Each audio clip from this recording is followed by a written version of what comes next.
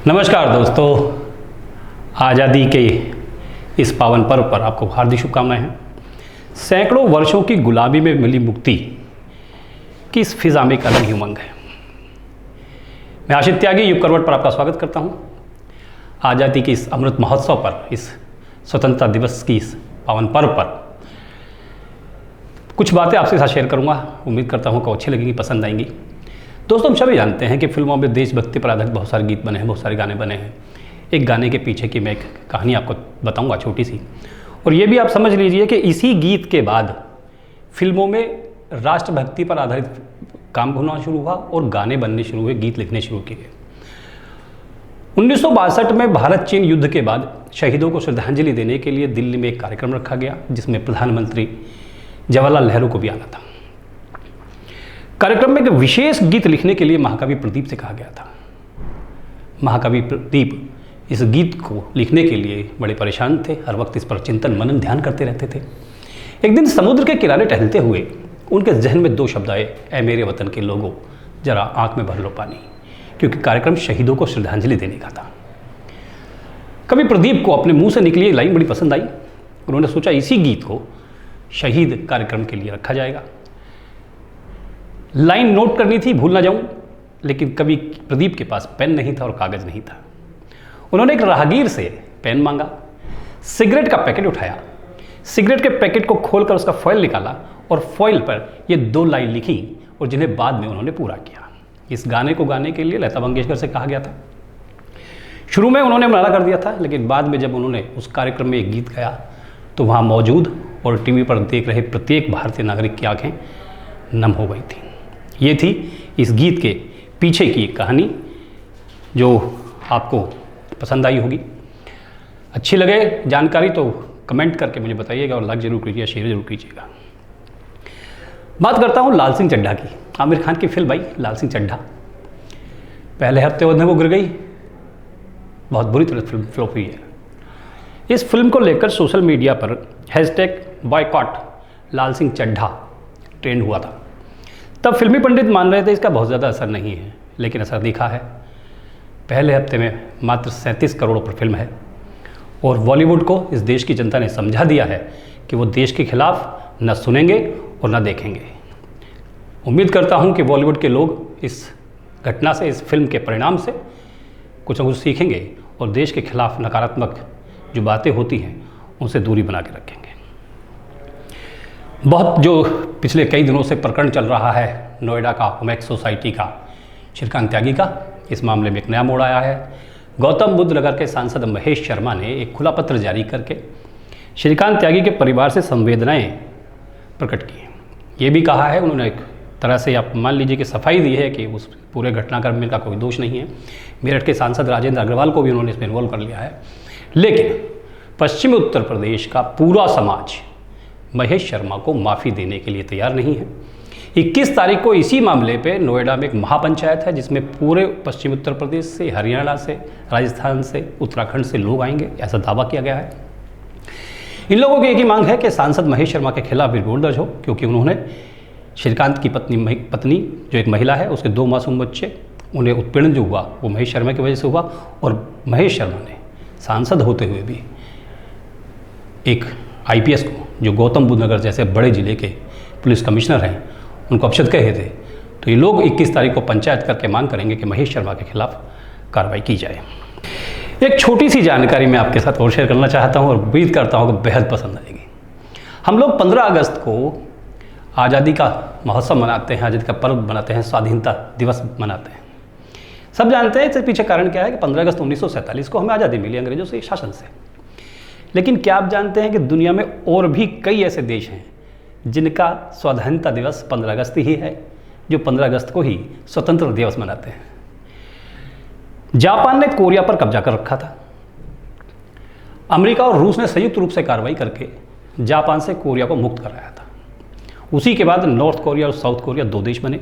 दोनों देश 15 अगस्त को अपना स्वाधीनता दिवस मनाते हैं, भारत के जैसे हम मनाते हैं। ये घटना 1945 की है।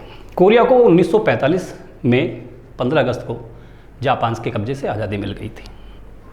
इसके अलावा बहरीन भी एक देश है, बहरीन को भी 15 अगस्त को ही आज़ादी मिली थी। 1971 में बहरीन आज़ाद हुआ था, तब से वह 15 अगस्त को स्वतंत्रता दिवस मना रहा है। ऐसा ही देश कांगो है, कांगो भी हमारी तरह 15 अगस्त को ही स्वाधीन हुआ था और आज भी वो लोग 15 अगस्त को ही स्वाधीनता दिवस मनाते हैं। ये एक छोटी सी जानकारी मैंने आपको दी है, उम्मीद करता हूँ अच्छी लगी होगी। अब आज का न्यूज़ बुलेटिन।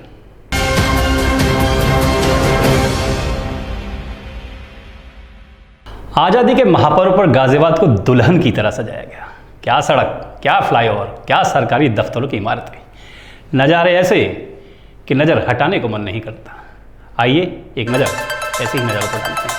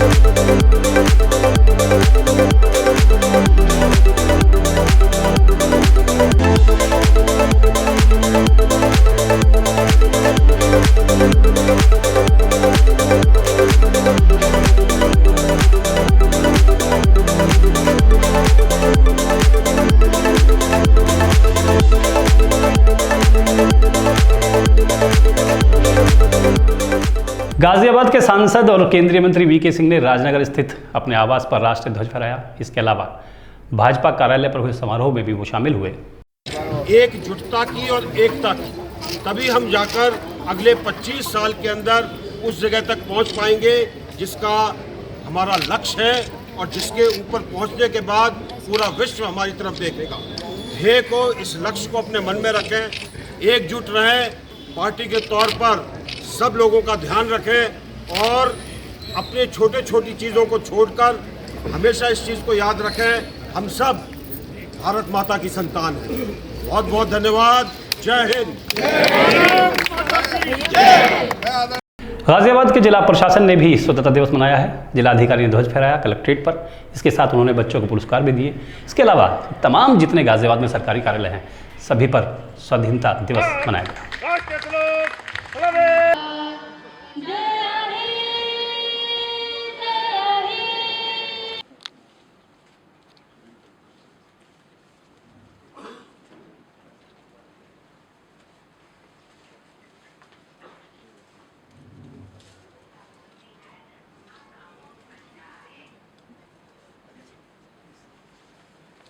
जिलाधिकारी महोदय, इस कार्यक्रम के रंगारंग कार्यक्रम के संचालन करने पर मैडम मुक्ता मैडम को और पंकज सर को सम्मानित करते हुए आजादी का अमृत महोत्सव के तहत अपनी स्वतंत्रता के 75 वर्ष पूरे कर दिए हैं और आज से हम 76वें वर्ष में प्रवेश कर गए हैं। आपने देखा होगा कि आजादी के अमृत महोत्सव के संबंध में वर्ष भर विभिन्न प्रकार के कार्यक्रम आयोजित किए गए और शायद ही कोई भी सरकार का विभाग इससे छूटा रहा हो। हर विभाग ने आजादी के अमृत महोत्सव के परिवेश में एक से एक शानदार कार्यक्रम प्रस्तुत किए। आज जब हम आजादी के अमृत महोत्सव का 75वां वर्ष पूरा कर रहे हैं तो हमारी आन बान और शान का प्रतीक हमारा तिरंगा देश के हर घर में, प्रदेश के हर घर में और जनपद गाजियाबाद के हर घर में फहरा रहा है। आज हम लोग आजादी के 75वें अमृत महोत्सव में उपस्थित हैं और इस शुभ अवसर पर आप सबको हार्दिक शुभकामनाएं। इस अवसर पर फिर से मैं एक बार द्वारका प्रसाद महेश्वरी जी की पंक्तियां दोहराऊंगी। धीर तुम बढ़े चलो, धीर तुम बढ़े चलो, हाथ में ध्वजा रहे, बाण दल सजा रहे, ध्वज कभी झुके नहीं, दल कभी रुके नहीं, धीर तुम बढ़े चलो, धीर तुम बढ़े चलो, सामने पहाड़ हो, सिंह की दहाड़ हो, तुम निडर डरो नहीं, तुम निडर डटो नहीं, धीर तुम बढ़े चलो, धीर तुम बढ़े चलो। इन पंक्तियों के बाद गाजियाबाद बार एसोसिएशन के अध्यक्ष सभी अधिवक्ता ने आज वाहन रैली निकाली। रैली को जिला जज ने हरी झंडी दिखाकर रवाना किया था। गाजियाबाद के अनेक रास्तों पर उनका स्वागत हुआ है। रैली का भव्य स्वागत है।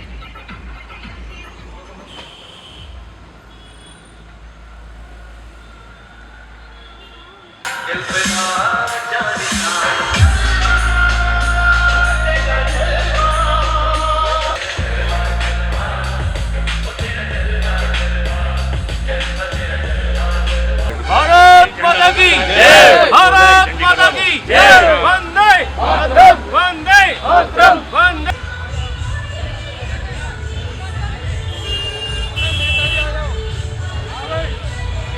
हम सभी जानते हैं प्रधानमंत्री नरेंद्र मोदी ने आज लाल किले से ध्वजारोहण किया है। उन्होंने 9वीं बार राष्ट्रध्वज फहराया है। प्रधानमंत्री के रूप में लगातार 9 साल से इस काम को करते आ रहे हैं।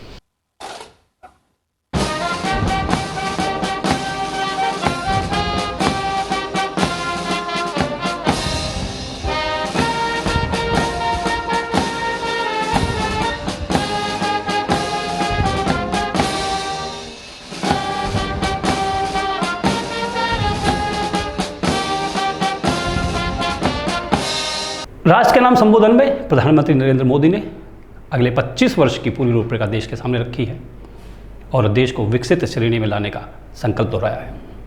आज जब हम अमृत काल में प्रवेश कर रहे हैं, अगले 25 वर्ष हमारे देश के लिए अत्यंत महत्वपूर्ण है। और इसलिए जब मैं आज मेरे सामने लाल किले पर से 130 करोड़ देशवासियों के सामर्थ्य का स्मरण करता हूं, उनके सपनों को देखता हूं, उनके संकल्पों की अनुभूति करता हूं, तो साथियों मुझे लगता है आने वाले 25 साल के लिए हमें उच्च 5 पंच प्राण पर अपनी शक्ति को केंद्रित करनी होगी, अपने संकल्पों को केंद्रित करना होगा, अपने सामर्थ्य को केंद्रित करना होगा और हमें उन पंच प्राण को लेकर के 2047 जब आजादी के 100 साल होंगे, आजादी के दीवानों के सारे सपने पूरे करने का जिम्मा उठा करके चलना होगा। जब मैं पंच प्राण की बात करता हूं तो पहला प्राण, अब देश बड़े संकल्प लेकर के ही चलेगा, बहुत बड़े संकल्प लेकर के चलना होगा और वो बड़ा संकल्प है विकसित भारत। अब उससे कुछ कम नहीं होना चाहिए। उत्तर प्रदेश की राजधानी लखनऊ में भी स्वतंत्रता दिवस कार्यक्रम हुआ। इसमें मुख्यमंत्री योगी आदित्यनाथ शामिल हुए। वहां अनेक सांस्कृतिक कार्यक्रम किए गए, लोगों को सम्मानित भी किया गया।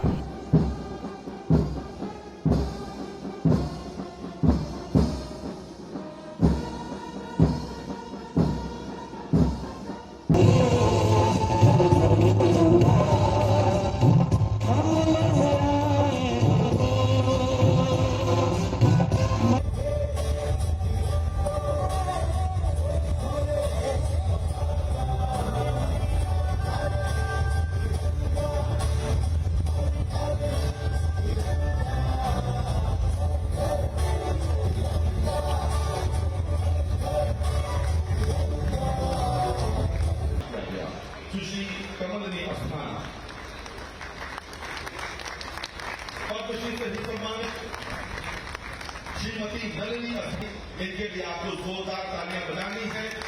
सुश्री नलिनी अस्थाना। आजादी के अमृत महोत्सव के अवसर पर आप सभी को मैं हृदय से बधाई देता हूं। आज का अवसर हम सब के लिए अत्यंत महत्वपूर्ण है। पूरा देश आजादी के 75 वर्षों की इस यात्रा का साक्षी बन रहा है। आजादी के इन 75 वर्षों को आत्मावलोकन करने का सौभाग्य हम सबको प्राप्त हो रहा है। इन 75 वर्षों में इस देश ने एक लंबी यात्रा तय की और जहां ये अवसर हम सबको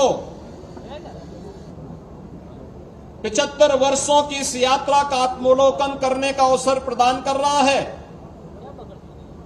वहीं नए संकल्पों के साथ